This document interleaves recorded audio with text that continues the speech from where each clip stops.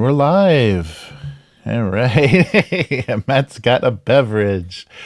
Nice. Good to see you, Matt. Thanks so much for helping out. So someone has decided that corporate videos for their company is a bigger draw than, actually being on the weekly. So yeah, Chris is busy, probably dancing next to a pink bunny with a little duck bill. So yeah, the company there have a mascot and it's like a pink rabbit. Yeah. So I don't know Let's what not this is. let's not begrudge collecting a paycheck now. Yeah, no, that's good. Yeah, and it's good that at least there's a variety at that job.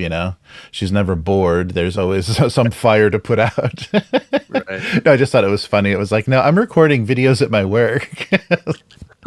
Okay, yes, but yeah. So hopefully we'll see Chris again soon. And yeah, we're gonna try to do some beginning of March. We're gonna try to do some Frostgrave again. So that should be good. Should happen. I gotta get my foam cutter out and get the snowy terrain sculpted, so we have a little more variety.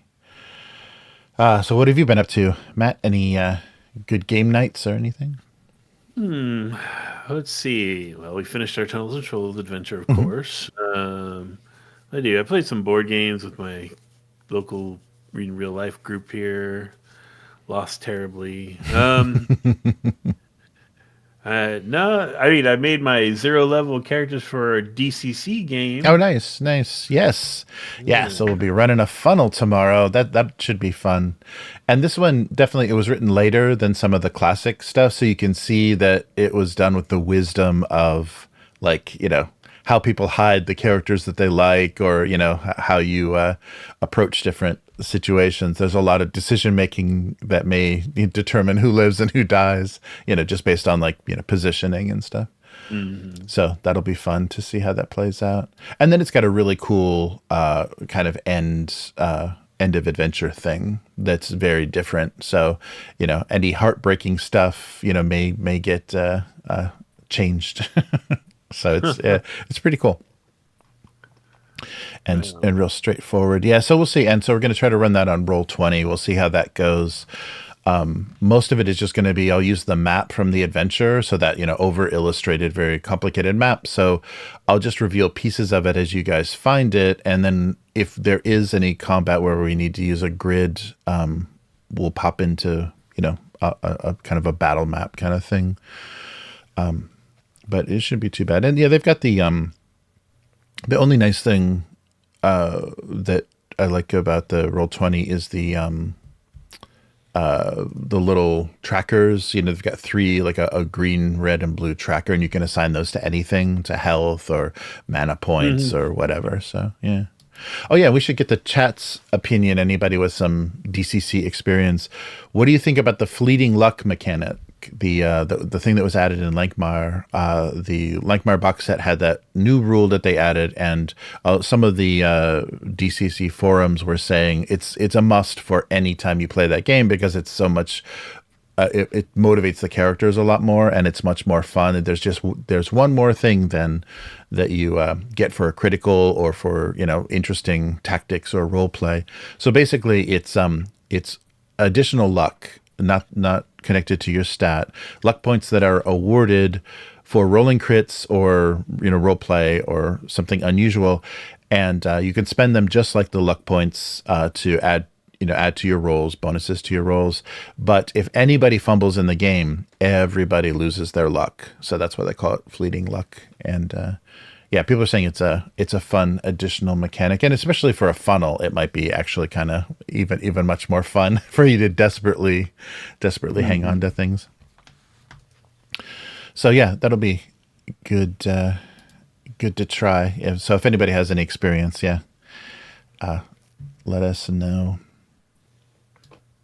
But it seems yeah, it seems like a good addition. There's an additional thing that I think is more tuned towards like 4E, 5E D&D players, where you can spend luck for healing. And so in DCC, especially for a funnel, I don't think you want to do that. But that's another mechanic that people were talking about to just add a little more variety to what's going on. But yeah, the funnel should be fun. And so yeah, everyone's going to run 4 characters. So we'll have what, 12 Well, yeah. 12 townspeople running into a nightmare.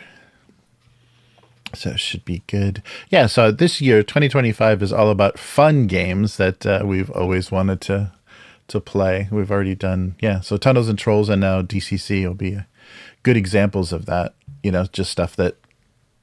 And so that means we have to get back to Dragonbane, because that's another game where the fun is definitely foregrounded.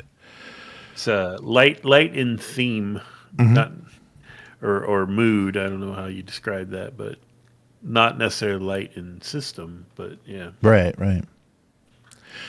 Yeah. So it should be fun, and there's so many adventures now we can kind of keep putting based on the levels of the characters. Keep pulling out DCC anytime we need to, just like Tunnels and Trolls. There's a and that's great. So I put together a kind of a super cut, like all of the sessions together, just the gameplay sessions for the Tunnels and Trolls that Matt ran, the Cave of the Boar Men, and so we'll release that soon, so you can see that all together without all of the page flipping and how much does a spear cost. All of that exciting content. Nice. Yeah, and I'll start working on that short too. Oh yeah, that would be fun to support. Yeah, so I did some at the end of the cartoon stream yesterday. I did some character art. I redrew Will's dwarf, and then started on the elves. The elves I didn't get very far on. I wasn't happy with how they were coming out, but after dinner I buckled down and drew some elves. You sent. Okay, good. Yeah, it's just drawing on camera is rough. I could barely do it for my cartoon, and my cartoon's really simple. But drawing on camera, I always am too overcritical, or I'm second guessing myself, so I can't get into any sort of flow. Yeah, but cool to see everybody in the chat. Abyss, Galerion, Vero's here, nice. Very cool. All right, so look forward to some DCC tomorrow. But in the meantime, let's see what's going on in the wonderful world of tabletop. So you all set, Matt? Yep. Okay. Welcome to the weekly. I'm Jeremy. I'm Matt. Hey, Matt. Hello. And this week on the weekly, Invincible RPG by Free League, Dark Horse closing their digital offerings, Skeleton Key shut down, possible. Games are all canceled, so we don't know what they're doing. The next step seems to be shutting it down, and a Runequest Bundle, so everything that's offered in the current version.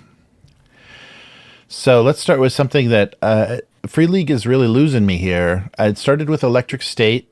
Electric State, I was like, okay. I mean, I get it. Tales from the Loop, and okay, Electric State. And then The Walking Dead, or The World of the Walking Dead, and just said, no interest in that. And now one more release.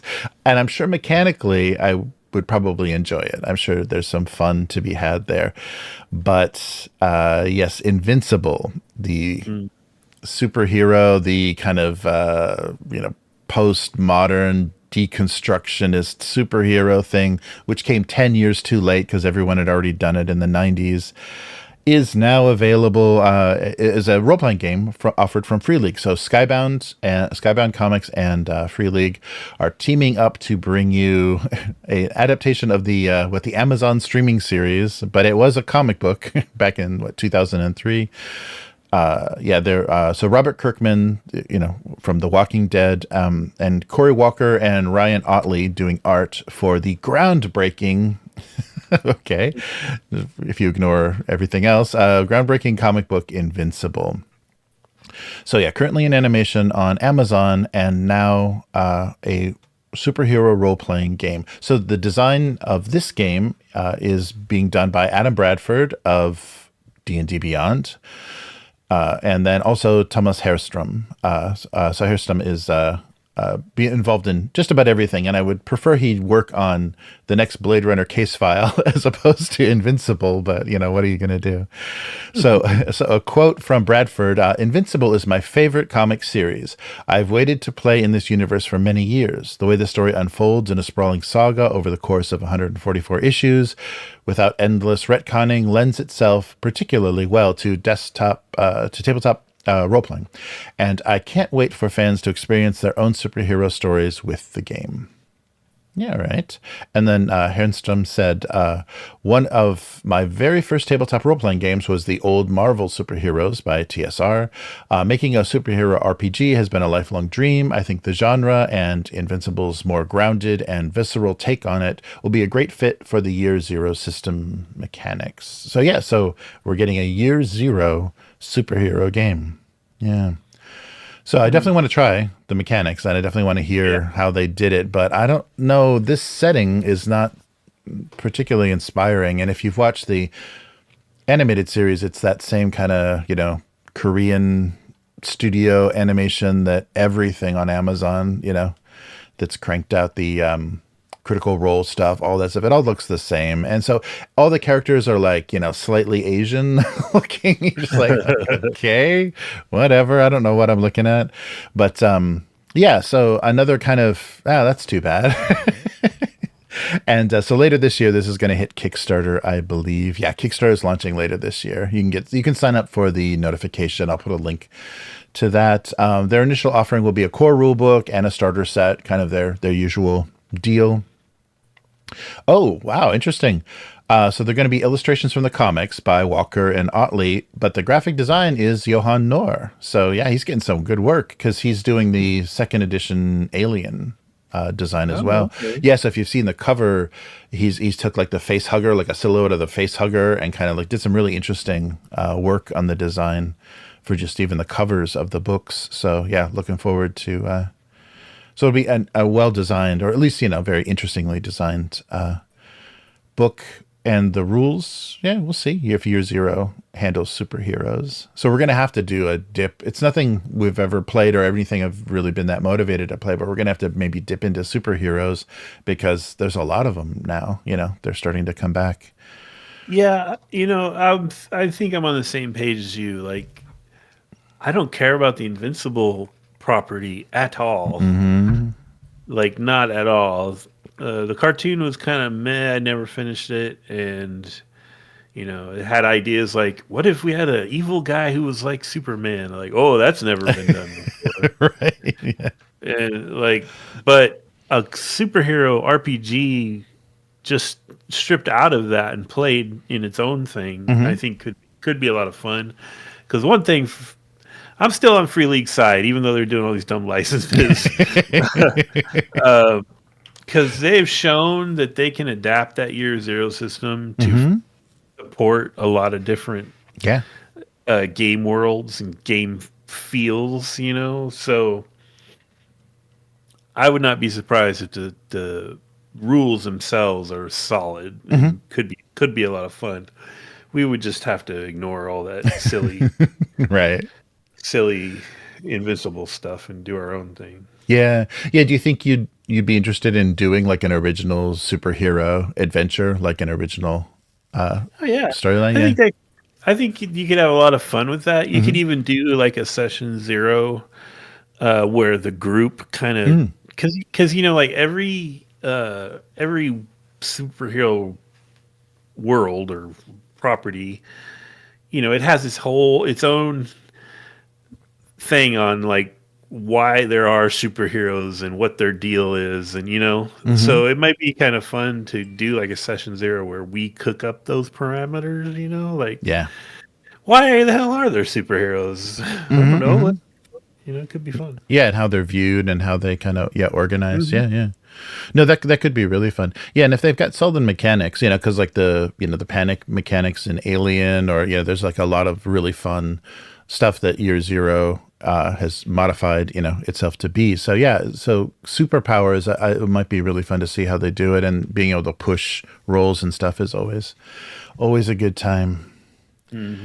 So, well, speaking of comic books, Embracer Group is squeezing some more out of some of their possessions.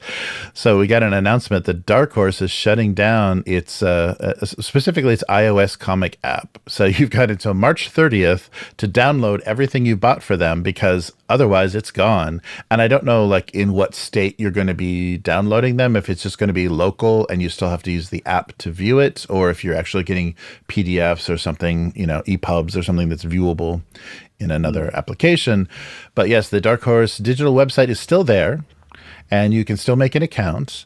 And at least through the summer of 2025. But then they say you also can sync the website account with the app, and then you can download the comics. But that's only possible until March 30th of this year. So so Dark Horse says they're not going away. They're just kind of changing their strategy for digital comics. So a quote from the company, so they're still available on numerous digital reading platforms, they're saying, but they've decided to stop their direct-to-reader sales because, quote, consumer reading preferences have evolved in different directions.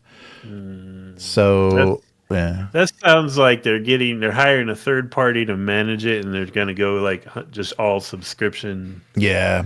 They'll just dump. Yeah. You're never going to own it. Right. Dump it all on Amazon Kindle now, which swallowed Comixology. Yeah. Yeah. So digital comics are going to be that much more unpleasant to deal with. So you can get a refund of comics that you bought this year. But the purchases have to go through, Apple and iOS, and I'm sure Apple's not going to let go of their 30% or whatever. So you'll get some sort of refund, a modified refund, prorated. But that might not be as easy as you'd think.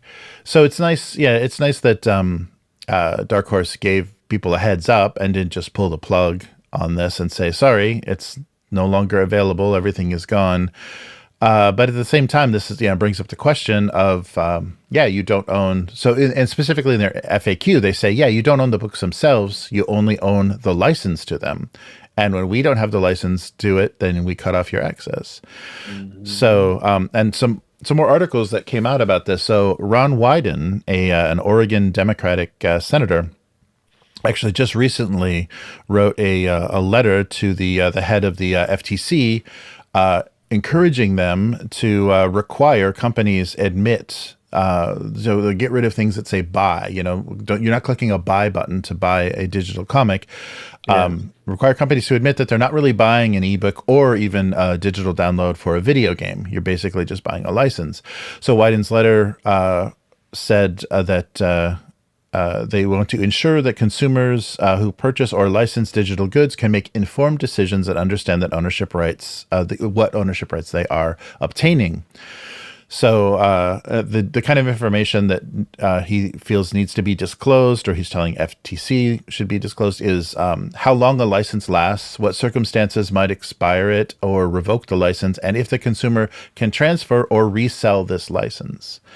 So all of this stuff, they should be happening before and at point of sale to make it, clear what's going on. So to put it simply, prior to agreeing to any transaction, consumers should understand what they are paying for and what is guaranteed after the sale. So, so California's made some, I think Governor Newsom in California signed a bill recently banning digital stores from using the words buy and purchase. So that's good. There's somebody actually doing it. So maybe that's why Oregon got the idea. So so basically, you're just getting a license to access something. So something like a PlayStation Network, if your account is banned for something you said on voice or chat or whatever, you'll no longer be able to access anything. And we also just saw that with Kindle. Kindle kind of did the same thing that Dark Horse is doing. They're saying, okay, you still own this, but you don't own it off of a Kindle device. So they disabled the ability to download things. So it used to be you could hook up a Kindle device to a PC or to a computer with a USB, download the native Kindle files, and then modify those or convert those into PDFs or whatever, so you could use them somewhere else. So that's no longer possible. So this same sort of thing, what you own, how you use it, and what people are going to let you do with it is, yeah, very, very frustrating. So a final quote from the letter: the shift from physical to digital goods presents some complex legal questions. So one thing is clear, however, consumers deserve more transparency about their ownership rights in digital goods. Guidance from the FTC on this issue will help ensure digital goods sellers are aware of the practice, and that American consumers can be informed, can make informed buying decisions. Yes, and and that day has already expired where you can download your Kindle books. Yeah, that was February 26th, so a couple of days ago. You are no longer. So that .azw3 file is all you got now, and you can't even access that unless you're gonna, hack your, you're gonna mess with your Kindle and uproot its operating system and firmware. You're not gonna have access to any of that stuff. Yeah, so Amazon gave up that. And the frustrating thing about that, when they told you you're not going to be able to do that, is there was no bulk download for Kindle books. So if you wanted to get them, backed up to your computer before this deadline, you did it one at a time. You just click, yeah. So obviously they were going to, make you spend hours doing something that they didn't want you to do. I feel like there's going to be a new wave of popularity and just illegally downloading everything again. Yeah, they're really asking for it, taking away the convenience and confusing the marketplace. I wonder what the EU is doing about this, because they always seem to be protecting privacy or protecting consumer rights a bit better than the US. The US is still a little more Wild West about some of this stuff, but I'm curious what they're going to be conforming to. But it's interesting that California, made that took that step to get rid of the idea you're not buying anything. Because I've always had that thought, oh, well, if I get it digitally, then it's there forever. Because I've had experiences with a few digital platforms where stuff has been archived for 10 or 20 years and it's still there. Like, I can go back to it. So in a few situations, that's been the case. But, you can't always count on that. And with the, kind of shifting economics, you never know. Mm-hmm. All right. Well, more exciting news. This is another depressing week here. Wizards of the Coast, right? They said, right, we're not going to license anymore. We want the whole thing. We're not just going to make, millions of dollars from licensing our IP. We're going to produce our own AAA video games, because that's the easiest thing in the world to do, man. It takes like a week, $1 million in a week, and you got yourself a AAA video game. Well, actually, I guess it's a little bit harder. Yes, the Skeleton Key studio that that Wizards supposedly had, I think 4 big budget games in development has now announced that they have canceled the last game, the last existing project, and this one before it was even officially announced. So did it ever really exist? Yeah. So we found all this out from Nassim Ait Kassi. Sorry about the pronunciation. He was an audio director working at the studio. And so on social media, he said, I've lost my job, looking for work, no more hiring. The game was canceled. And then previously in 2023, the other 3 games, I think, they've canceled a total of 5 games. 5 games, and then had layoffs back in 2023. But Wizards of the Coast says we do still have plans for D&D video games in the future, because we can't get over this Baldur's Gate success. We have to recreate that. It's so easy to do. We should be able to do it ourselves.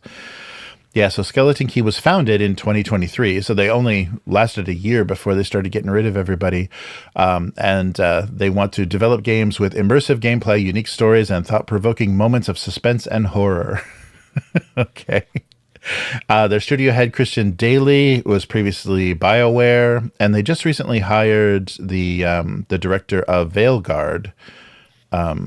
So they're just like grabbing up all of the the previously doing something in AAA games. Yeah, Corinne Bush was game director, yeah, for Veilguard. So she joined the team, and now we have the announcement that they've canceled this last game, and there's no job. They're not looking. There's no work for hire job ads on their website. So what could they possibly be doing besides paying a bunch of directors to go to a nice office? Or is it all is it all work remote? Yes. So massive layoffs, but still Wizards is convinced that they're gonna make video games. Right. Yeah. So very strange. I don't know what they're thinking, and they still have. I mean, I think everything is gonna basically hinge on the success of this Exodus game that they're working on. Mm-hmm. That's going to be because it's an original IP. It's a BioWare Mass Effect guy. But they did make the mistake of releasing a actual play this week of this game. So the director of the game was the game master, and I didn't pay enough attention. I kind of just jumped around through the video, and I didn't pay attention to what the system was that they were running, if they're rolling D20s or what they were actually rolling. But the role play was so unbearable that it was hard to get to the actual game. But they did a bad job of showing off the tabletop pen and paper version of Exodus.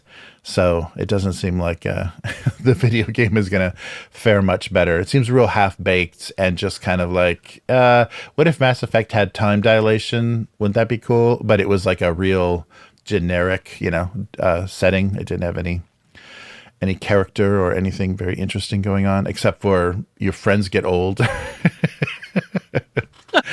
Yeah, so we'll see. So yeah, this so they're saying this doesn't necessarily mean Skeleton Key is gone, but if Exodus fails, the game and the TTRPG, then I think Wizards is probably gonna, or Hasbro is probably gonna put a stop to all this nonsense and say, let's just license stuff again. That was pretty effortless.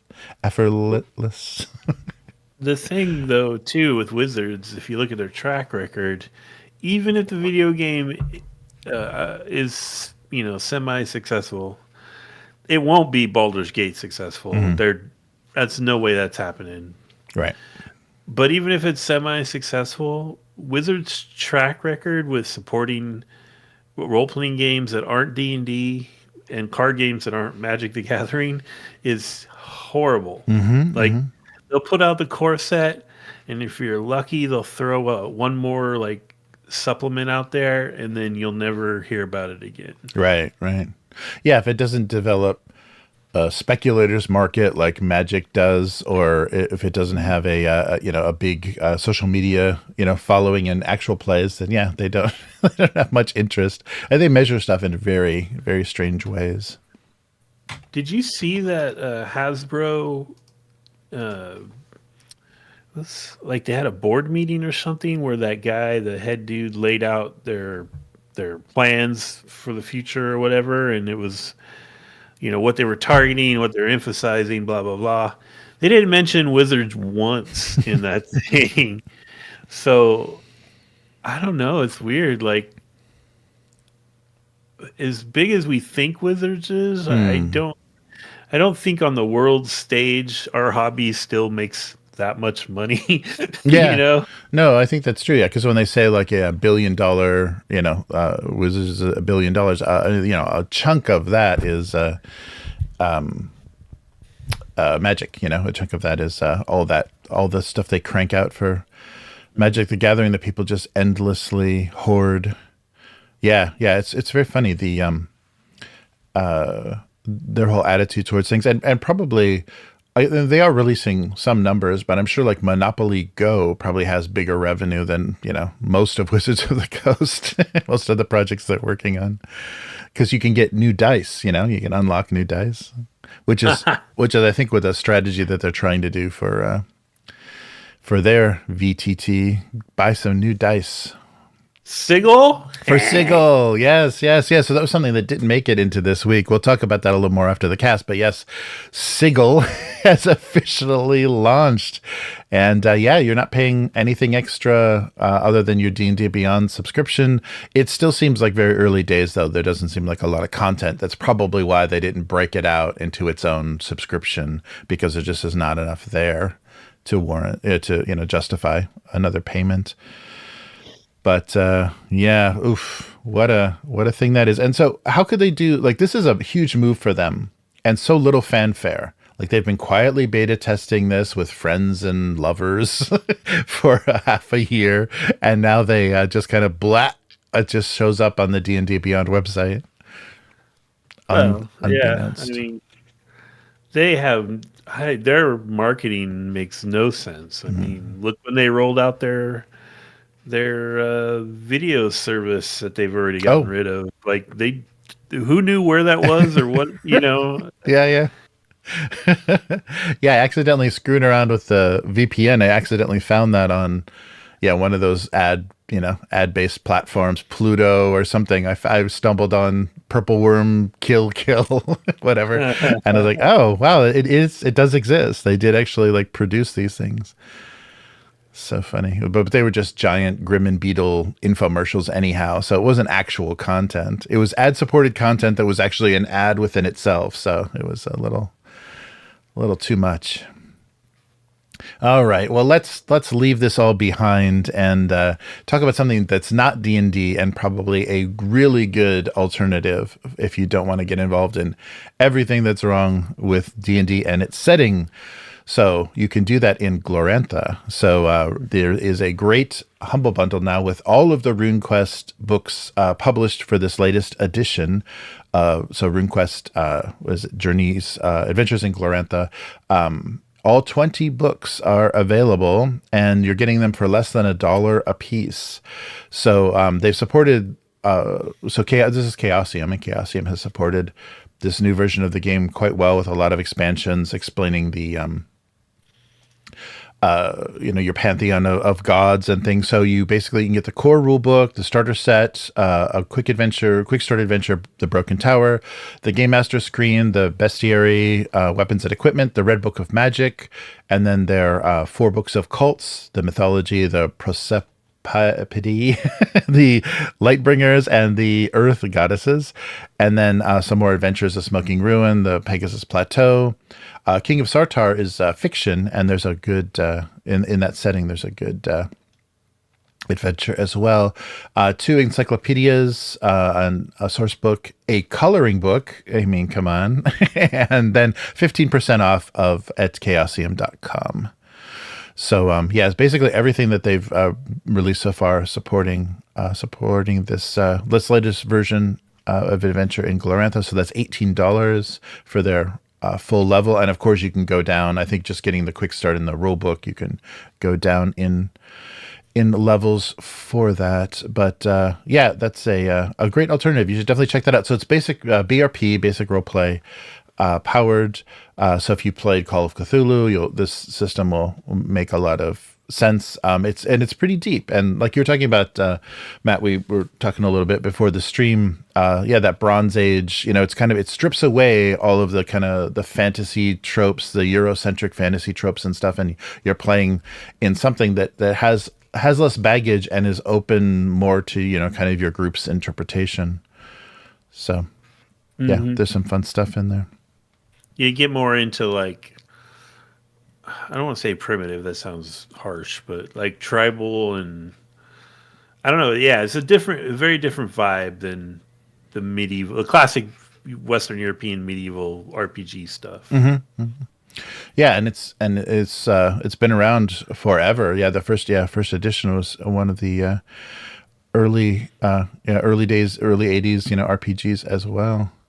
So roughly equivalent technology to the Bronze Age with varied cultures and overseen by this their pantheon of gods.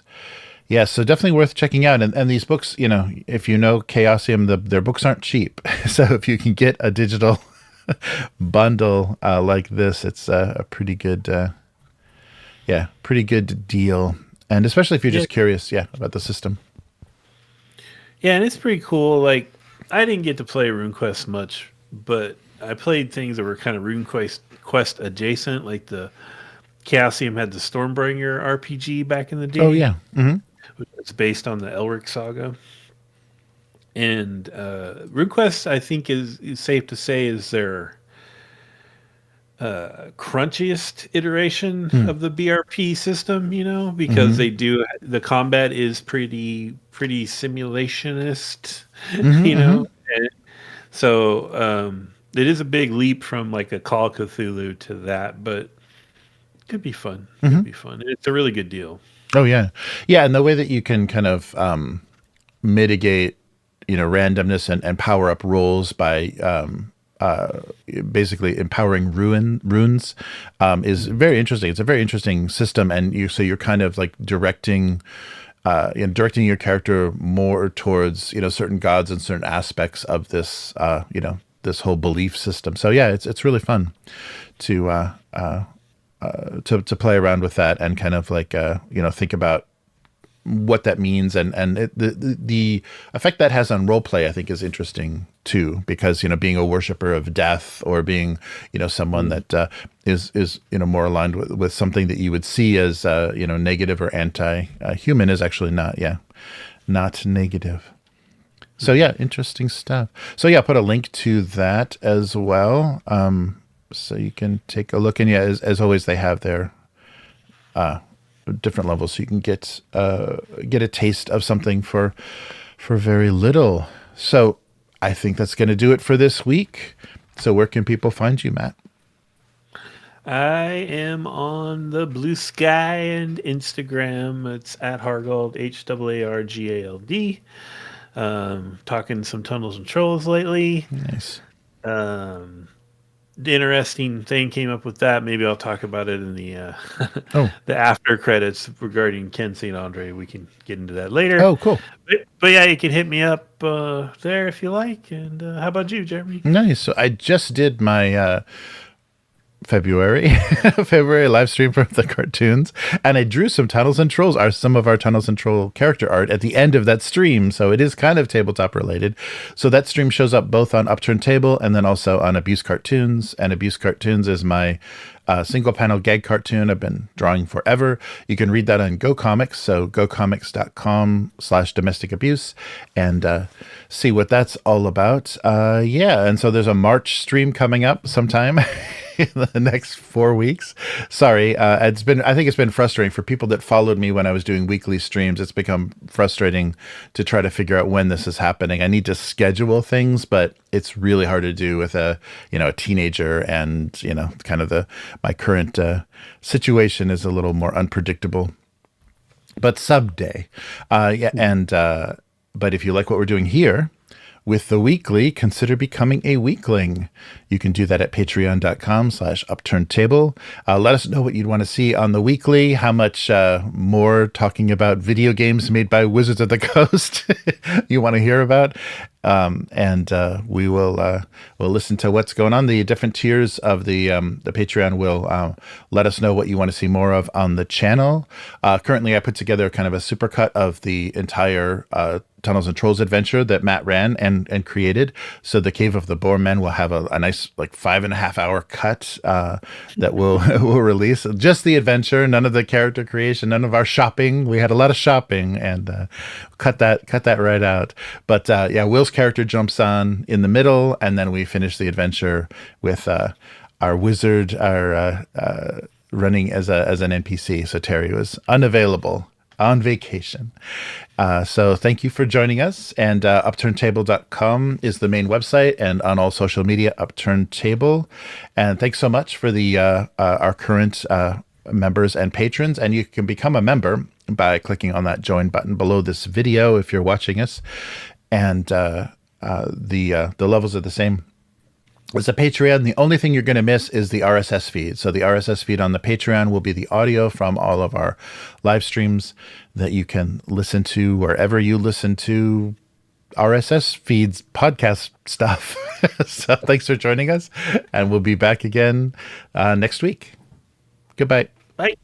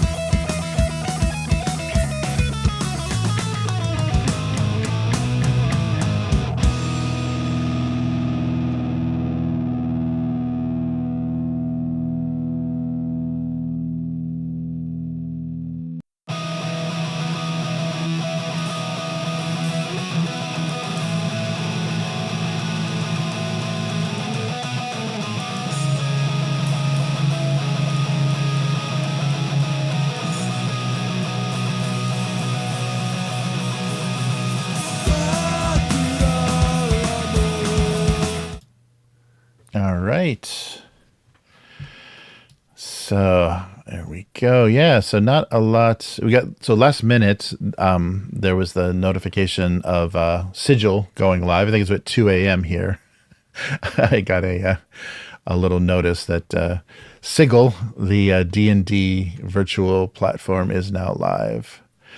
But yeah, it's nice. It's nice to let you take a look at it for free. You know, the free account on D&D Beyond will let you get in, play a starting adventure, give you a limited number of miniatures, and basically you can't really save anything, but you can see what it looks like. Mm-hmm. And it looks like an Unreal Engine 5 tabletop with miniatures, and it's digital. Yeah. Yeah. It's funny. Yeah, the comments I've seen so far is that it maybe works well for the big boss battles or the big epic showdowns, but for the tiny stuff that happens in RPGs where you're just like talking to the innkeeper or fighting off the goblins from they're attacking the caravan, it doesn't really work that well. It's meant to be big set piece kind of stuff. So that's kind of a mistake. Yeah. Yeah. Well, I mean, if I wanted to be mean, I'd say so. You just 5e the way D&D is now is what you're talking about. Yeah, that's true. Yeah. You're just going from one major showdown with Vecna to another. Yeah. With Kate Bush playing in the background. Hey, I got my my survey. What do you call that? Final backer kit thingamajigger for the heavy metal. Oh, nice. Yeah, they're rolling with that. I should be getting that. No, not too far off. Are they going to do a subscription? Like, are they going to pick up the magazine and start doing like a quarterly or something? Funny you should ask. Mm-hmm. That was one of the questions, like in their little survey that you had to do at the end. One of the questions was, would you be interested in if we started offering a subscription? Mm-hmm. I was like, yeah, I definitely would. Nice. But yeah, so I think they're thinking about it. I'm sure they're kind of waiting to see how well this is received, you know. Mm-hmm. Yeah. I really loved. I loved that magazine when I was a kid because it was like the biggest exposure to Euro comics, like the bande dessinée, French and Italian and Spanish comics that you had no other access to. There was no other. I guess like Epic was that. Marvel tried to do something where they tried to do a more adult comics anthology kind of stuff, but but heavy metal was like that was just so amazing at that time. And it was also a little naughty, like Playboy magazine, like if some older neighbor kid had heavy metal, you're like, oh, I think there's toplessness in these comics. But the artwork was just amazing, and to see just some of the established masters in European comics that we didn't even know about. We had the Mobius and all the people that have been around forever making amazing work, and we're just like, oh yeah, wow. Yeah, that was like, I remember like because I didn't know it at the time, but like there were stories in there that I thought were really cool by Mobius, and I didn't know who that was. Right. So it was cool. Yeah, and it's funny too. Maybe of all the anthology magazines, that was the one that maybe frustrated me the least. They had the least number of kind of like dog, storylines. You're just like, I don't care about this. I'm skipping this because there's enough of a variety, and they really did focus on really big stuff. And it had a more sci-fi slant, sci-fi and fantasy stories. So it kept it. There wasn't too much. Kind of fake film noir stuff or anything. There was a real focus on some stuff we hadn't seen before in fun genres for teens.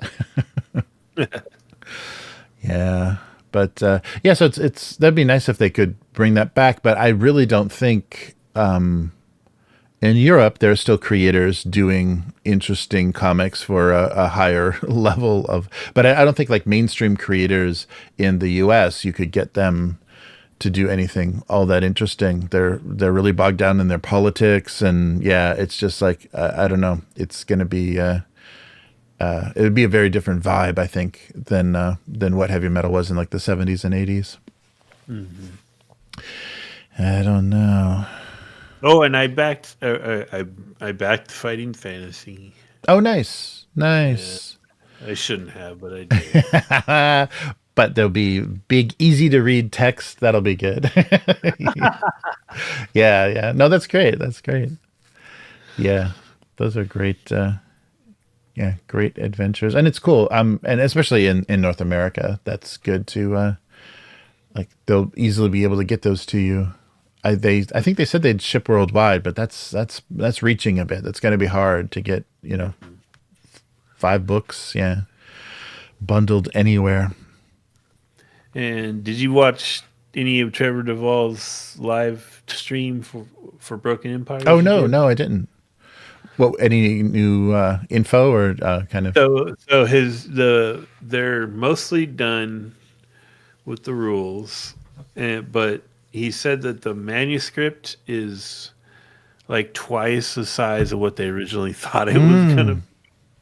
So like they were originally thinking it'd be like a 250-page rule book, Wow, yeah. and right now with no art or layout done, it's like 450 pages or something. Wow. Yeah, so we Yeah, could get a tome. Wow, that's crazy. yeah. So um, they're still trying to get it done by the fall, which means it goes to. I think he's saying they want it to go to print in June. If they do, then that's when he'll make the PDF available. Cool. So we might be able to mess around with that PDF by June. Oh, that'd be cool. Wow. Yeah. Wow. Yeah, that's the kind of thing. And kind of like first time and you've even said he's had some like, heartbreaking kind of like cutting some mechanics and stuff out, Uh-huh. just to make it, lean and mean and focus on what's important in the system. But still, yeah, having that much content in the book, that's crazy. And it would be even more expensive to break it into multiple volumes, and you're going to increase the cost. Yeah, incredibly. But page count, yeah, page count does can get expensive. And then shipping those even heavier books. Oh no. And he was saying how he had a guy, I can't remember the name of the guy, somebody that has made like books of like tables for RPGs before that were very, I guess, pretty successful. I can't remember his name right now. But anyway, that guy is making like naming tables for him based on the different regions of the world and stuff. Oh wow. And he said that the guy went so far as to make tables where the pieces of the words and names are broken up. Uh-huh. And he said, like, I can't include that in the because that by itself would be like 100 pages. Right. And I was like, damn, that sounds like a lot of work. Yeah. Yeah, and tables are good for PDFs and stuff. That kind of supplementary material would be good for Yeah. for digital stuff. And even, like and have somebody make an app, name generation, random name generation with apps and stuff instead of rolling on tables. Yeah. Miguel wants to know what you know about the Warzone Kickstarter. Oh, yeah, I read there's a complication with the VAT. They fucked up, of course, because this is their first time, crowdfunding. They fucked up and charged everybody VAT, all the European backers, when they said they wouldn't. And so now they're going back to their credit card processor and trying to get those charges reversed. But yeah, they've screwed up with so things might be delayed and people might be overcharged, but they're trying to resolve it. So I think that means even further delay. I think the book was, because I think they closed. I got a confirmation a while ago, but they're locking the addresses. So no more change of address. So stuff was supposed to be going out, but I think it's going to go out. I don't know if they're going to be able to assemble things and ship it all at once, because they've got tokens from one company, miniatures from another company, books from another company that are not going to be finished anywhere near each other. But yeah, that was the last thing I heard, Miguel. That last update is that they fucked up and charged everybody's card for the VAT, the tax, in Europe. So, whoops. Yeah, that kind of stuff. That's got to be so infuriating, though. Just being blindsided by stuff because I think the excuse that they gave was just that there was something sitting there and that the some balance that was sitting there that they were going to take out of the system and that the processor just automatically charged everybody. Those are just things you don't know without experience, So their next Kickstarter will be even better. Yeah, that was the last thing that I read. Yeah, I just want to see we got the PDF. They sent out the that was an interesting thing too, is the PDF of the final rulebook and the unit cards, digital versions of the unit cards, were all available to the backers.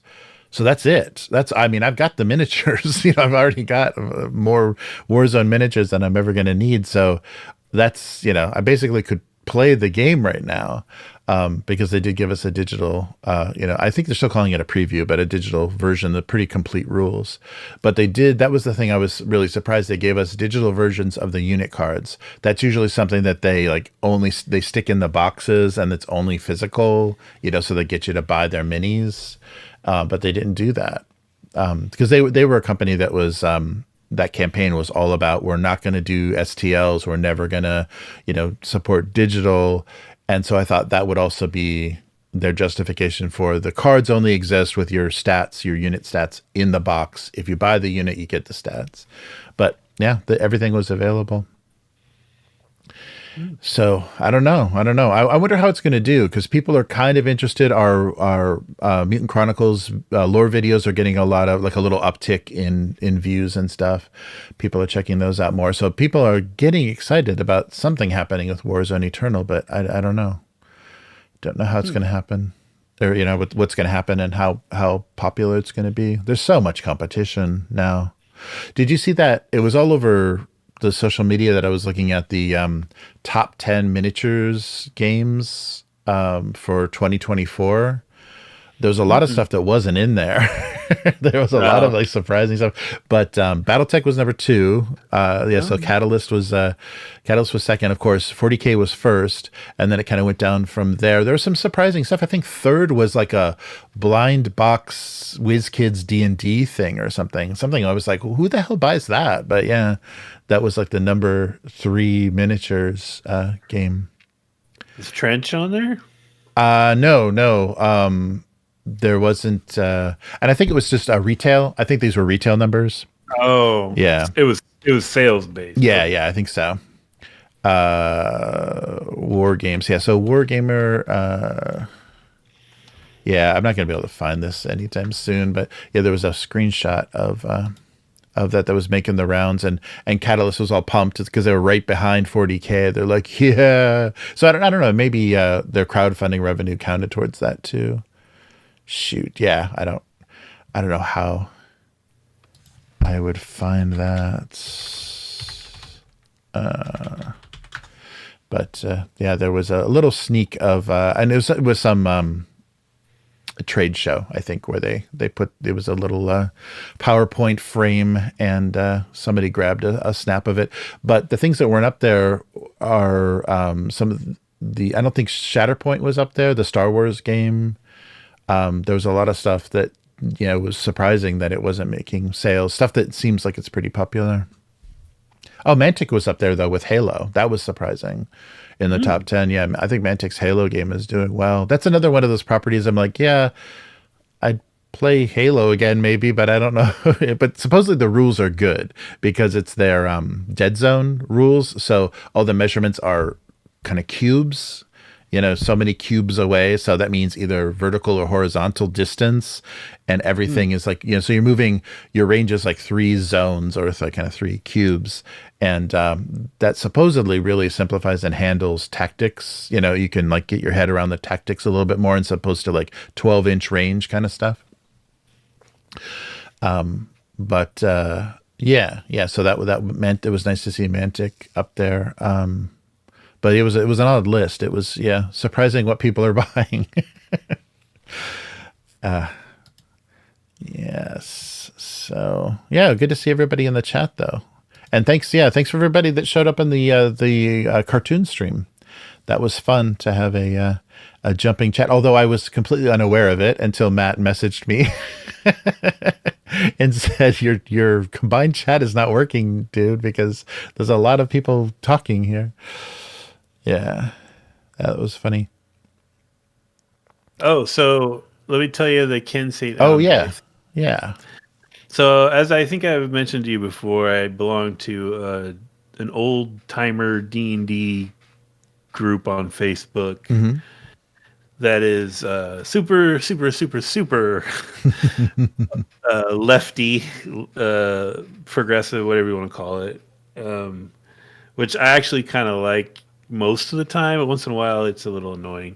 But anyway, someone posted a bunch of screenshots from Twitter Mm-hmm. of Kane St. Andre.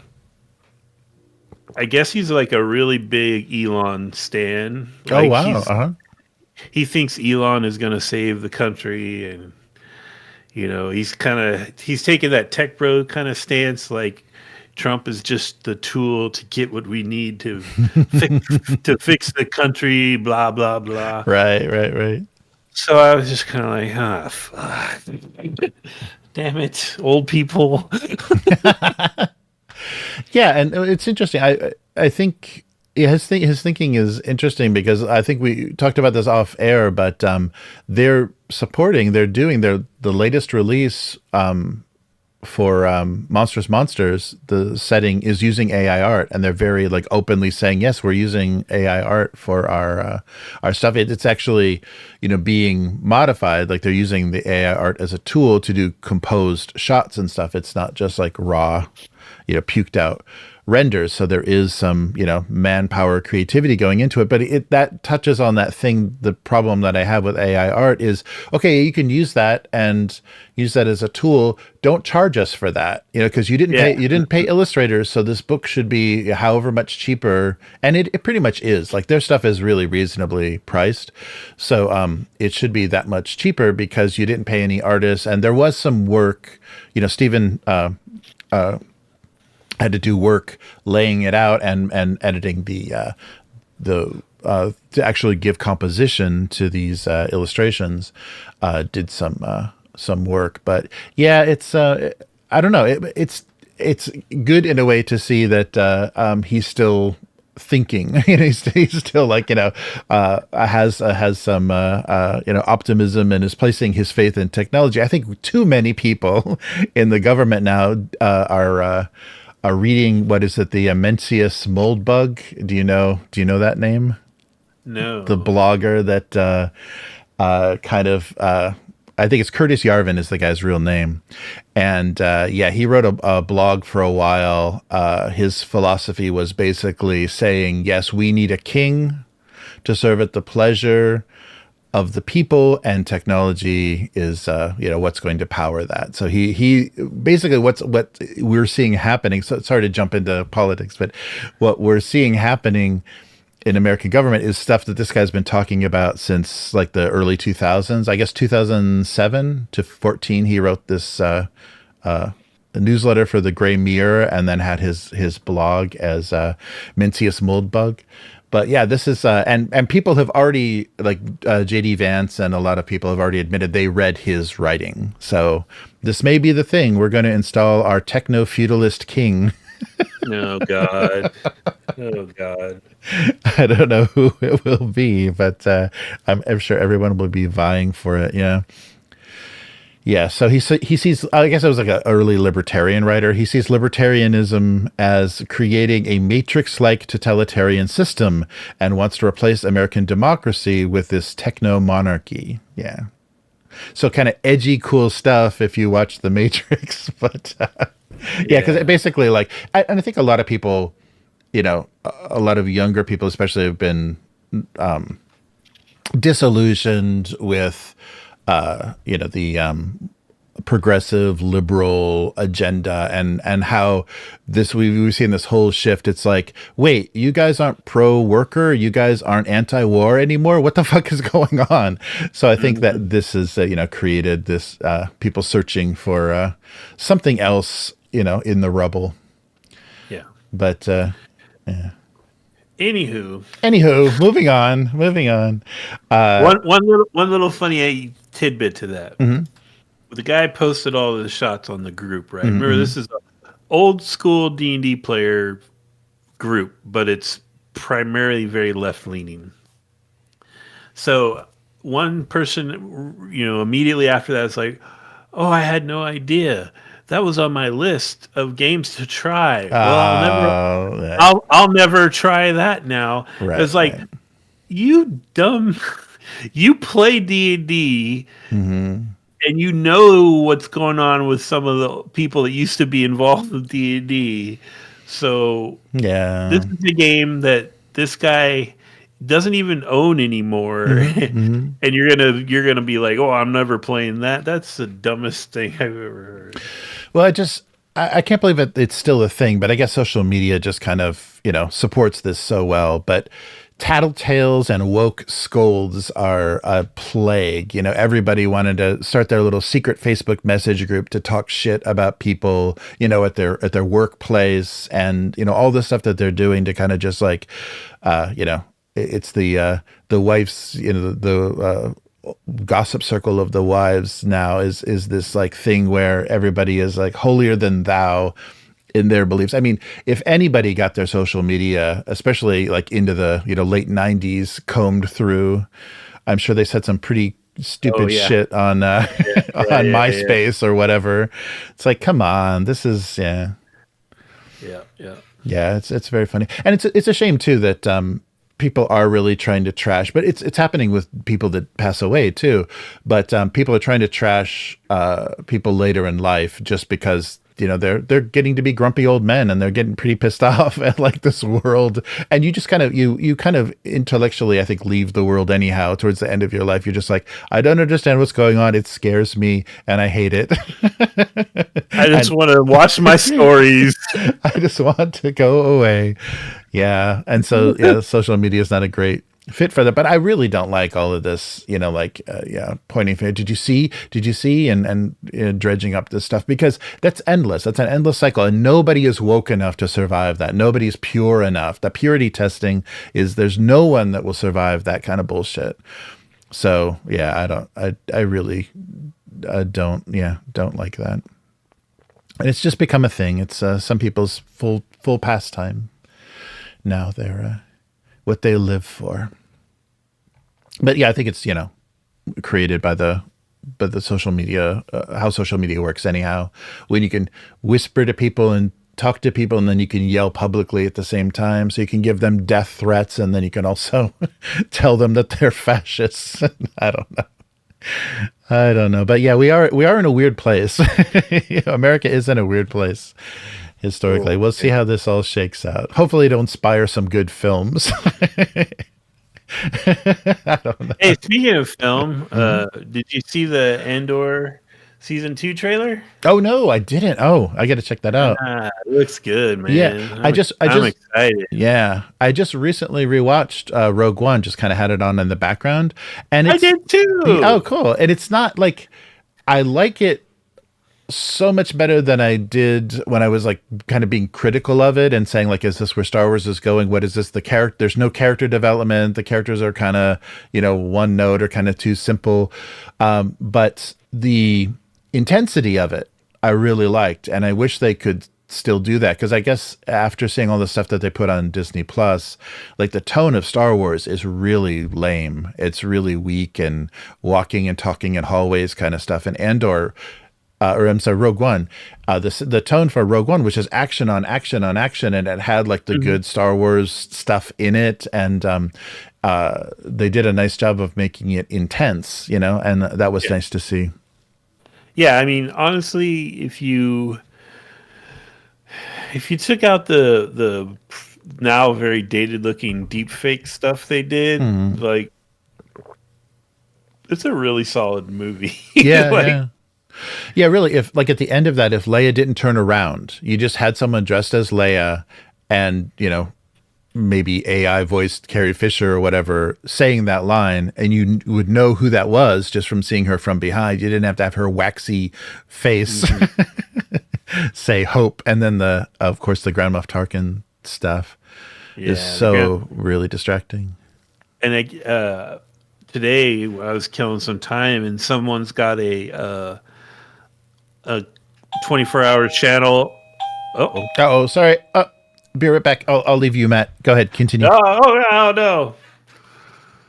Well, someone has a 24-hour channel of Space 1999 running on YouTube right now. Which, if you don't know what that is, congratulations, you're young. It was an old sci-fi series, 76, maybe 77, something like that, about a moon base where the moon gets ripped out of the Earth's orbit and sent hurtling through space. And it's got like Martin Landau and a bunch of English actors because I think it was filmed in England. But I just watched an episode with Peter Cushing as an alien, and he was, Grand Moff Tarkin in Star Wars. And in this old crappy 70s TV show where he's wearing horrible makeup, he looks more like Peter Cushing than the deep fake Peter Cushing from Rogue One does. More ads, huh? Sorry, guys. Andor's trailer was awful and was back to status quo. Oh, Abyss, you're so wrong. How can you be so wrong, kid? Come on.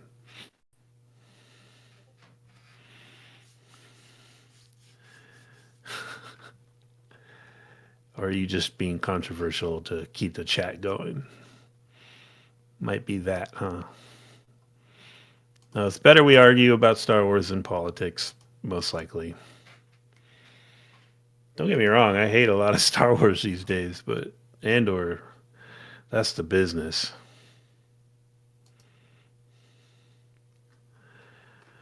A friend of mine was telling me there's a new Space 1999 RPG. Yes, I saw something about that.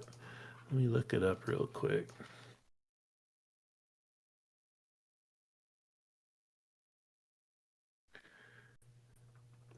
Yeah, it's Modifius. Hey there. Hey. We're What was that? We're talking about Space 1999 Oh, Modifius role-playing game. yeah. Oh, that's one. Yeah, that's one I'd love to play because it's such a wacky premise. You can't take it too seriously. No, you can't at all.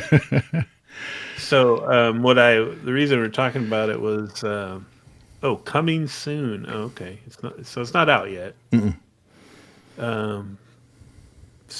God dang. Ugh. Yeah. Anywho, I was talking about it because there's a 24-hour live stream kind of channel on YouTube right now where someone's just showing Space 1999 episodes. And so I watched a couple of them today. And the first one I watched had Christopher Lee as an alien. Oh, yeah. Uh-huh. And the second one I watched had Peter Cushing as an alien. Mm-hmm. That's right. Oh, you later had Dracula and what's his name? The Dracula killer. Both appeared. Yeah, Van Helsing. I know they both appeared on Space 1999. That's great. But what's funny about the Peter Cushing one to me was like it's this crappy 70s resolution TV image, right? And they threw gold makeup on him and put some stuff on his head. And he looks more like Peter Cushing than that deep fake Peter Cushing looked in Rogue One. Right. That's great. Yeah. Oh man. Yeah, that's funny. Yeah, that show, and it's a shame. I think there's only 2 seasons of it, and there was a huge kind of change in like direction and like thinking at the second season. That's when it got all wacky, and there was the alien girl, the shape shifting into animals, alien member of the crew then, and all that stuff. So it really got a little wacky. But the first season was kind of like much more quiet and talky.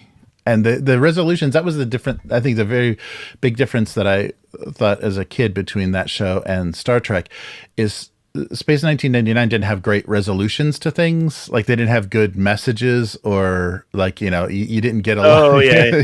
There wasn't a lot of It wasn't like a preachy. moral or Yeah, it just anything. kind of Yeah. things just like kind of reset. It's like, ooh, glad that's over. Yeah. It was just constantly, and then this shit happens. Right, right. Like the one with what's that? Well, the one I watched, I actually watched three today because the one I watched after Peter Cushing was this one where their moon hits this like weird cosmic debris field, Hmm. and it just traumatizes everyone because it, I don't know, messes the gravity or something. And then when they come out of it, they're in another part of space than they were, Hmm. and they don't know what happened. But people like there's this one girl who's like freaking out, and she keeps like bouncing between two realities, Oh, yeah, and nice. they end up finding Earth, and the moon just like goes to Earth and gets back into its original orbit. Uh-huh. And then they're like, okay, we'll go down to Earth and check things out because no one's answering their communications. And then they're like, oh shit, there's another moon in orbit and it's headed right for us.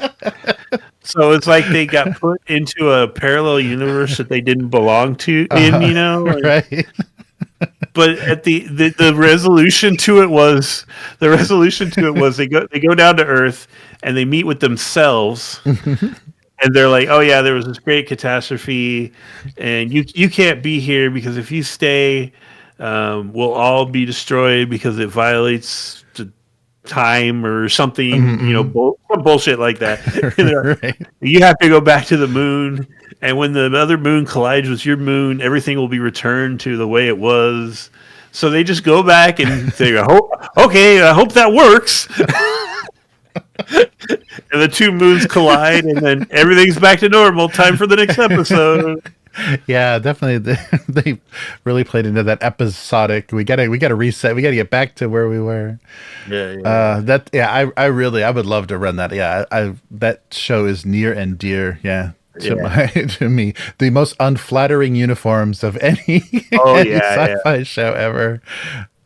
They actually, they remind me a lot of the Star Trek motion picture uniforms. Oh yeah, yeah. They're kind of similar. Mhm. But yeah, man. I had the moon, whatever the little ship was called. I can't remember what they called it. The But I Eagle. had Yeah, the yeah, Eagle. Yeah, I yeah. had a die cast one of Oh those when I was a wow. kid, and I had a squirt gun that looked like their weird little staple gun Yeah. lasers they used. Nice, nice. Yeah, that was my first model kit. Was the Eagle, the Space 1999 Eagle, and I painted it with like crazy shiny lacquer paint all over. It looked terrible, but yeah, it was my first modeling hobby project. Yeah. So it says they're shipping it in March, Calarion, and yeah, it looks like it's 2D20 because I'm looking. They have some sample character sheets, and it's Oh, cool, cool, an attitude and a skill, and then they have talents that spend momentum. So yeah, I think it's all 2D20 then. cool. Well, we can get into that. Not too much difficulty. Well, you, me, and Terry will be very familiar with it. Like Yeah. Oh, I that'll be don't perfect though. Will though was great at going in completely blind. mind. That's Yeah. amazing. Yeah, that's true. He that's his superpower is to Mm. role play very well in properties he has no understanding of. Yeah, that's pretty cool. Yeah, that would be really fun. Yeah, I love that. And if they do a nice job of like letting you create, kind of like having episodic mysteries, like it might be kind of the same way that when we were playing Star Trek, it's like a 1 or 2 session, it's going to be resolved, and it's just this thing you have to deal with. If they do those same kind of mechanics, if Modifius does like a mystery with complications, and you have to kind of sort things out. And if they give you either a way to make those or a nice selection of those, that might be really fun. Valerian said that his friend of his play tested it and said it was great. Oh, well, that sounds good. Good to hear some positive stuff because it's always tricky. And I think though, if they could pull off Star Trek, I definitely think they could pull off Space 1999 because there's much less. Things don't have to make sense. It just doesn't have to make sense. That's the great part of it. Yeah, very fun. And yeah, that's good. I'll have to take a look for that streaming channel. I'd love to catch up on that stuff. Oh yeah, I'll send you a link to Okay. it. It's in my history now. And then Carolina brought up Logan's Run. I was like, that would be a hilarious, silly RPG too. Like Yeah, that would do a be. Logan's Run thing. Yeah, definitely. No, I think there'd be some some real fun in there. Yeah, they've ripped that idea off enough in more modern movies like The Island and stuff yeah, but I think that original setting would be fun. Yeah, wacky, like 60s and 70s sci-fi. Definitely, there's a lot of stuff still there that we haven't mined. I think because we're just so locked into Star Wars and Star Trek as being that's sci-fi, or kind of like the early TSR kind of stuff, Star Frontiers and stuff like that. Thinking we haven't gotten away from that thinking and just making it silly and fun. I guess. Yeah, is there any? I guess something like Paranoia or something is like the really only more playful sci-fi settings. Yeah. Logan's Run, now that I think about it, because it was really just the era it was made in that made Logan's Run seem, in hindsight, kind of wacky. Like, they didn't have, obviously, the tech to make it look good, and the costuming looked very dated. And the musical score, from what I remember, was kind of bad too. Right. But the idea could be really dark and almost Blade Runner like, because if you all play, what do they call the guys that chased you? Oh, I don't remember. Yeah, because the people that didn't want to go on Carousel were the runners, and then Logan and other people were the guys that went after them. They're called like hunters or something, but like it'd be kind of dramatic and fun to do a thing where you start out as those guys and then you were supposed to go on Carousel. Now maybe you're not so hot on this whole idea. Yeah, right. Yeah. No, that's true. Yeah, that could be some fun tension. Yeah, and I think Blade Runner kind of proved that just having that real simple kind of difficult moral decision making in a RPG can be really fun. It can push you different ways and kind of guide the role play a lot. That's cool. Yeah, Logan's Run. Wow. A lot of double knits and one piece jumpsuits. Everyone's gonna be looking a little crazy. So tomorrow, Sandman, thank you, Abyss. Yeah, they were called Sandman. That's cool. Right. So tomorrow, DCC, and then Friday after that, I won't be around. So that's right. End up doing. Okay. What do you think about doing the Lisa's Mostas the week after that? Oh, sure. Yeah, that would be good. If everyone's available, or if 4 people are available. Yeah, that would be great. Yeah, very fun. Yeah, we can play around with the board and stuff too. I think it worked. I guess what we did though technically worked pretty well. Marking the score and everything. Yeah, if there's anything else. Yeah, I know people watching on their phone were having a hard time reading it. But okay. I don't really know what we could do for that. Right. Like, maybe we can look at cropping it a little more in there. Sure. Yeah, we can make things smaller, make the actual board itself bigger. Yeah, because I can play around with the scale of everything. So yeah, we can play around with that. Yeah, because you use the really readable font, right? You did like Impact or Helvetica or something. So yeah, it should be should be very readable. Helvetica New or some bullshit. Nice. Yeah. Cool.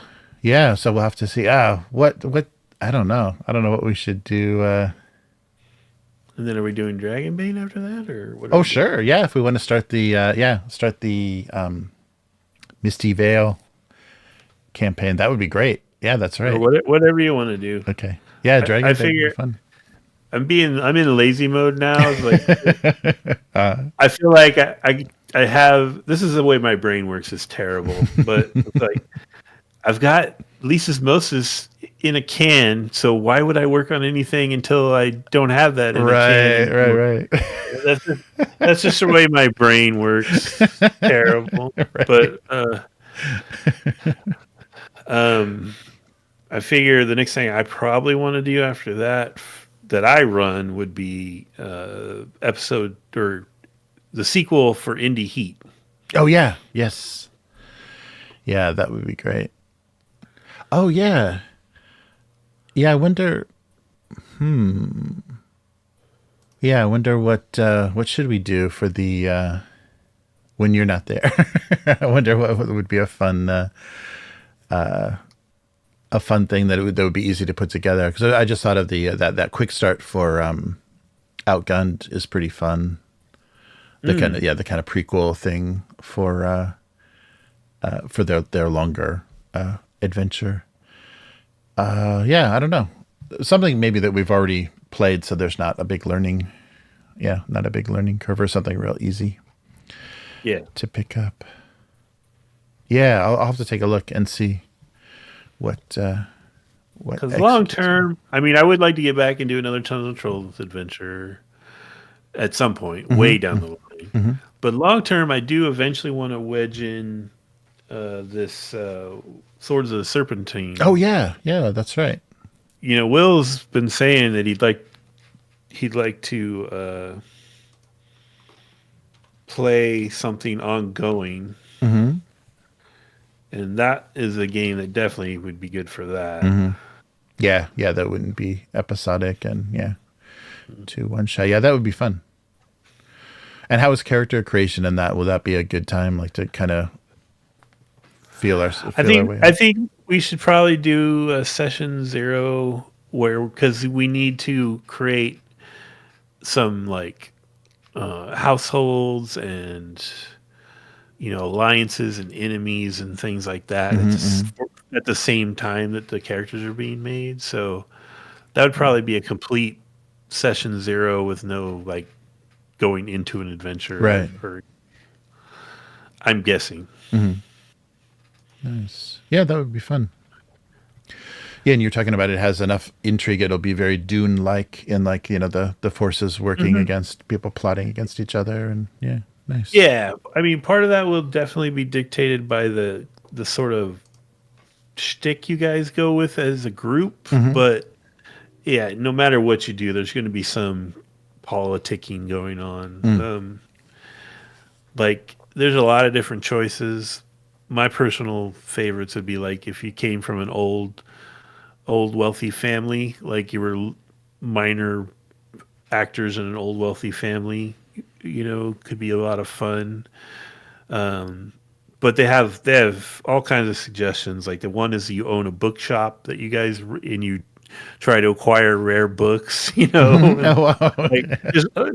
could be fun too, So a lot of ways we could go with it. That's cool. Yeah, nice. Very cool. Yeah. Carolina says, yes, Dune. Dune. Yeah, we'll have to get back to Dune when around the time of the third film. I think they're shooting that this summer, right? Yeah. Nice. Yeah, they're shooting it. He wants to get it out because he wants to do that Rendezvous with Rama movie. And he's handing it over, it sounds like, to that what's his name? Gareth something or other. Oh, the Gareth Andrews? Is it Gareth Edwards? Edwards. Yeah, I think the Rogue One guy, right? Is that? Yeah. He's supposedly the one that's going to do Children of Dune. Oh. Yeah. Interesting. Yeah. Which could be good, could be bad, who knows? But, it'll be very different from Villeneuve, I think. Right. But that's probably okay, because, I mean, once you get past Messiah, I think a shift in the look and feel of it might be actually a good thing. Yeah. It is like a new era in a way, No, that's true. Yeah, that'll be interesting. I can't believe, if they keep, as long as the art direction stays strong. Yeah, because we tolerated Dune Prophecy, whatever that was. That was not a great experience in that world, but it looked good. Yeah, it looked Dune-ish. Yeah, interesting. Yeah, I wonder how long that property will work, because it like we were talking about when we had a little conversation about Prophecy. It's based on some pretty shaky ground. Those like after Frank novels are not great. Not great material to draw from. So I just hope they kind of got the dumb bits out of the way now, and they can focus on the sisterhood being the sisterhood. Please don't use red writing in quiz show because unreadable. Okay. Okay. I'll check in my slides. Did I use red? And maybe some of the I think I did. Some of the titles for the teams and stuff. I think I indicated like red. Oh, we have a red team. That's kind of hard. We want to use red for the red team. It definitely won't be in the questions and answers. Yeah. Indie so maybe in a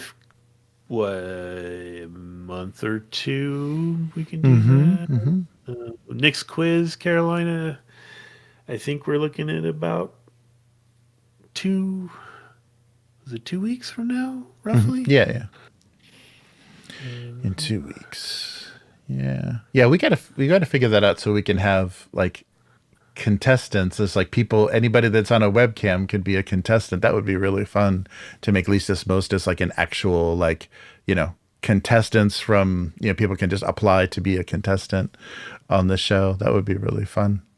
Oh yeah, you guys, our regular crew that's on right now, let us know if that's something you'd be interested in. Yeah, that'd be fun. You're going to need to have a dedicated mic and headphones and not be interrupted for a couple hours. Yeah, nobody should be delivering groceries like happened to me. Yeah. Yeah. But that would be really cool. Yeah, I guess the quality controls would be the hard part, is because everybody comes in, with different levels of microphone and video quality and stuff, and especially the distance, distance and time zones. Yeah. Cool. Fortunately, though, it is just a quiz show, so it's not like cutting out your character's monologue or anything. Right. Yeah, that's true. You just need to be able to answer. And there's not even like quick response, like, slapping a buzzer or anything. That's that was very smart. Yeah. The only way we could do that kind of quiz show is through some kind of app. And I don't even want to deal with that right now. Yeah, but nice. Very cool. So we will be back with some Dungeon Crawl classics. It'll be fun. A funnel will be very fun, especially. So Will has already, I guess both Will and Dylan have been in DCC funnels. Well, Will has been in a couple. Okay. I don't know if Dylan played in one with us or not, but he'll be fine. Yeah. It'll be fun. Yeah. He's at that age where he's pretty murder hobo anyway. So. Perfect. Nice. All right. Well, cool. So I won't keep Matt up too long. Are you doing okay? Are you good? Okay, I'm okay. doing fine. I'm just I'm grabbing that link right now. I'm going to put it in the chat. Oh, nice. Oh, that's right. Miguel brought up. Yeah. Star Wars may take a turn because Kathleen Kennedy is stepping down possibly after this year. It's going to be weird though. I wonder, because it could get worse. It literally, like, she's terrible, but she's not the worst thing possible. There are much worse things. So we'll see if the devil Oh yeah. is going to be. If you want to know the worst thing, it's that showrunner guy at Paramount. Oh. What's his name? For Star Trek stuff? Oh, yeah. Alex Kurtzman. That guy's a piece of crap. Yeah. Oh, my God. He is the Abrams school, right? Yeah. I could go at great lengths at how he's ruining Star Trek. But anyway. Yeah, so you didn't watch Section 31 or whatever. Did you Oh, watch? no. So after the FUBARs that were Discovery and Picard, I just watched the Red Letter Media breakdown Right. of any new Star Trek Yeah. property. Yeah, that's really helping a lot. That people will suffer for us and just tell us, yeah, it was rough. We don't actually have to waste those minutes. Yeah, that one. Oh, oof. I watched their breakdown because when they do those, because they're big Star Trek fans, when they do those ones, they get into it. Like in that Section 31, just it just looks like hot garbage, man. Right. Yeah, and they planning to make that the original plan was to make that a series too. That's amazing. Yeah. Yeah, and it's so weird. Like we saw that with like Game of Thrones and stuff. Like showrunners can they can get obsessed with. We have to do this. This is something we have to do. We really want to do this, and they'll just ruin everything just to get this one idea or this one image on the screen, or in the series. And yeah, I think that's happened a lot with Star Trek. Well, and just turning it into like mindless space battles now, and it's just it's like that's not Star Trek at all, at all, Yeah. And they don't even do it as well as like a Star Wars mindless space battle, Right. Yeah. It's like you're out of your element. Go back to regular Star Trek, please.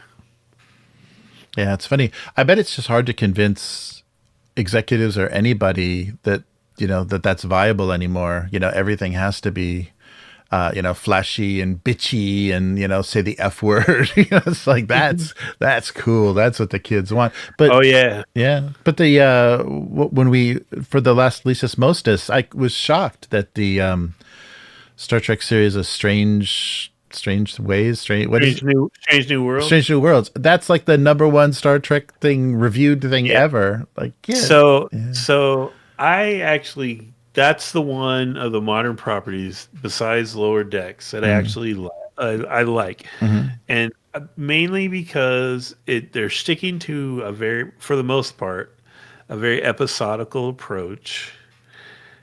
So it feels like old style Star Trek in that regard. The guy that plays Pike, I'm blanking his name right now, but I love that actor. Yeah. So he carries. I was a huge Hell on Wheels fan, and he was the main protagonist in Hell on Wheels. And so I really like that guy. So I have sort of this built-in bias, unfortunately.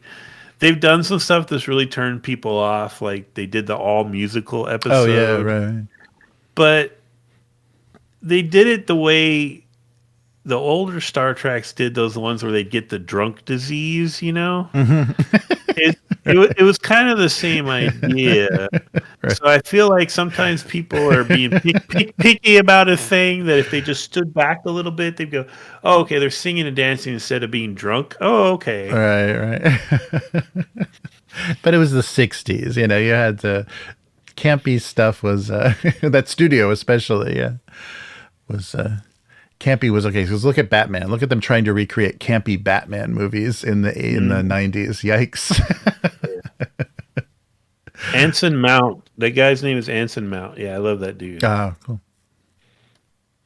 Yeah, I don't know. Yeah, it's a funny thing. I think we're However, I will say the guy that they've picked to be Kirk, right? The guy who's Kirk in Strange New Worlds, and people are expecting them to eventually make a Kirk show or something. He's so not. Oh yeah, he's so not impressive as William T. Kirk at all. Yeah. Like you don't need to do like a Shatner impression, but you need to have screen presence, right? Yeah. This guy is just a scrawny little weaselly looking dude, and it's just like, why? How did you cast this guy? Interesting. Interesting. Yeah, that was the thing that always stood out to me is the pilot for the original Star Trek. the original series, the actor that played Kirk in that. And then once Shatner was in the role, you're like, holy shit, he is just like, he's dominating the screen, you know? Yeah, he has such presence and like really knew how to just how to do that. And especially the time, you know, that he was in and everything was perfect. Perfect amount of everything. Now that comes with the fact that he just has a monster ego, right? Yeah. But it worked. I've got some good Shatner stories I can't tell. I can't tell on really? stream. Yeah. Oh. But I worked for a guy that had some connection to Shatner that was actually really, really funny. Yeah. But off mic, I'll tell you some funny Shatner stuff. Does this involve a swimming pool and his wife? It certainly does. Did I tell you that already? Shit. No. I am aware of some of rumors regarding that. Okay. No, this is just this is prior to that. It doesn't. Yeah, it doesn't. That's not the main thing. But it's just a funny irony of a guy that I worked with and like what his connection to William Shatner was very bizarre. Gotcha. But that's how it ends. It does end in a swimming pool. Oh man. Dude, that dude's gonna live forever. I know. Yeah, that's amazing. Did you hear about the whole thing with Gene Hackman and his wife and dog? And yes. And they thought it must be carbon monoxide or something because why would everybody in the residence? Yeah, and they were in like separate rooms. It's like, oh my gosh, that's so weird. Wow. The one thing about that I thought was funny was like I read news articles and it was like the police do not suspect foul play, and it's like, don't you a little bit suspect foul play when two people and their dog all died together? Right. It doesn't have to be foul play, but don't you a little bit suspect foul? Yeah, that really sucks when someone that's had such a great career, like the last thing that everybody thinks about them is the wacky way that they left. Yeah, they left the world. Like the kid that played Chekhov in the new movies. Oh yeah, ran over himself with his car. Right. Oh my god, dude. Or like Dennis Hopper, like was like held prisoner by his like young wife. Like, yeah, I was like, there's some really people that really had some bad exits. Yeah. Not good. This is the Hollywood corner of the post roll. Oh man, we're doing what's a stupid gossip channel? TMZ. Yeah, we're doing TMZ. That's right. We got a TMZ sponsorship. I can't believe that became such a thing. Yeah, TMZ. I guess with social media. Now, anybody with a phone can be harassing paparazzi, you know? Yeah. It's amazing. Yeah. We don't get to do much TMZ stuff now that Kyle's not around. That's right. We got to find somebody else. There's got to be some other situation that, somebody's just going to make that stupid mistake of saying nonsense on podcasts, you know, being the spokesperson for a company and making such fools of themselves. I'm sure there's we could probably, and it's not even probably hard. Like we could probably, if we looked up who the current head of Dungeons and Dragons is, and then checked out all of their like Twitter posts, eventually we'd probably find something and be like, aha! Yeah. I knew. I don't think we talked about it on the air, but yeah, I checked into who was. I think it's a super liberal arts college girl that I forget what her previous experience was, but it's like a young woman compared to Kyle, the aging hot tub baron, the middle-aged hot tub salesman. Yeah, she was much younger, but yeah, she's very felt very agenda-y. Yeah, the university that she went to and stuff was notorious. So we'll see. That could be a funny little thing you just do every once in a while on the weekly is like, let's check in on Kyle's LinkedIn profile and See what it says now. Yeah, yeah. I bet he'll just leave that consulting thing up there forever. He doesn't want people to find him. He'll change his name. He'll have plastic surgery and change his name. People like me weren't leaving the industry. I lied. Oh, hey, I watched the Gorge. Oh, how was that on Apple? Yeah. I put it in the fun, but not gonna ever win any awards category. I like it was entertaining, and it had some cool ideas. Like there were some neat ideas going on in there. I mean, do you know anything about it? Like, Yeah, I saw the trailer and I think a quick review, like a real short review, not no spoiler kind of review. yeah. So I won't spoil it, but basically, what you get from the trailer is people from the east and the west are sent to this gorge, and their whole job is to guard it and not let anything get out, but they don't know what it is, or anything. And it's kind of cool because it unravels slowly, which is nice. It feels more like a 60s or 70s era movie because it unravels really slowly. You spend a lot of time with the characters before the crazy shit happens, And so there's a lot of focus on the fact that there's an American guy on one side of the gorge, and he's all by himself. And there's I guess it's implied she's like Soviet Russian related, but she's, I think, actually from Latvia or something on the other side of the gorge, and she's all by herself. So it delves into them having to be alone and not knowing what's going on and everything. And it's kind of cool. And then when the shit goes crazy, it's like it would make it'd actually make a pretty fun RPG adventure at that point. Yeah, it's pretty neat. But it's nothing groundbreaking. Yeah, yeah. Sigourney Weaver is in it. Oh, Kinda. I mean, it's like one or two steps above like when Bruce Willis was trying to pay all his medical bills, so he'd just be inserted into a bad movie. Right. Oh, it's a couple steps above that, but she's like, she didn't need to be in it at all. Wow. Yeah, her name is still enough of a draw. They're like, oh, maybe. Ah, that's funny. Yeah, I hope Apple stays away from because they keep still releasing reliably decent quality stuff because the whole Netflix thing is so scary. Like they'll just throw huge paychecks at names and they'll throw together this plot that barely makes any sense. These movies are just they're like I think we talked about that before. They're like the fake trailers in a movie if they actually made the movie that the fake trailer was based on. Like when they have cheesy action movie trailers in a movie to laugh at. No, let's make that movie, and that's what Netflix does. Yeah, I think Apple's a lot better at caretaking their stuff. I'd recommend it if you got some time to kill. It's cool. It's got some neat ideas in it. Nice. Well, very cool. All right. Well, yeah, we will be back soon. So about this time, we'll have killed a lot of PCs.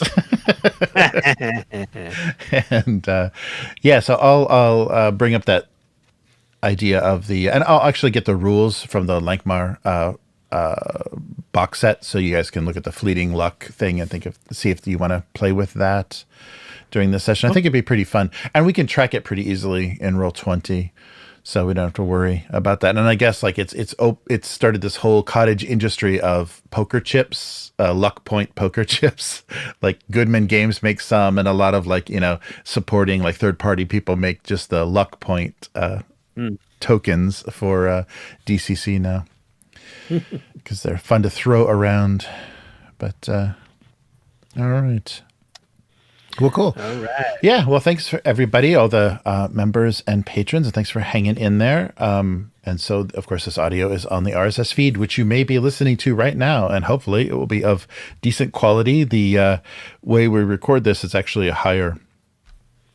It's 48K instead of the lowly audio that we get from Twitch or the backup on Restream. So a little bit sweeter, a little bit nicer to listen to. And yeah, we will be back again next week. So thanks so much, and see you soon. Bye-bye. Bye.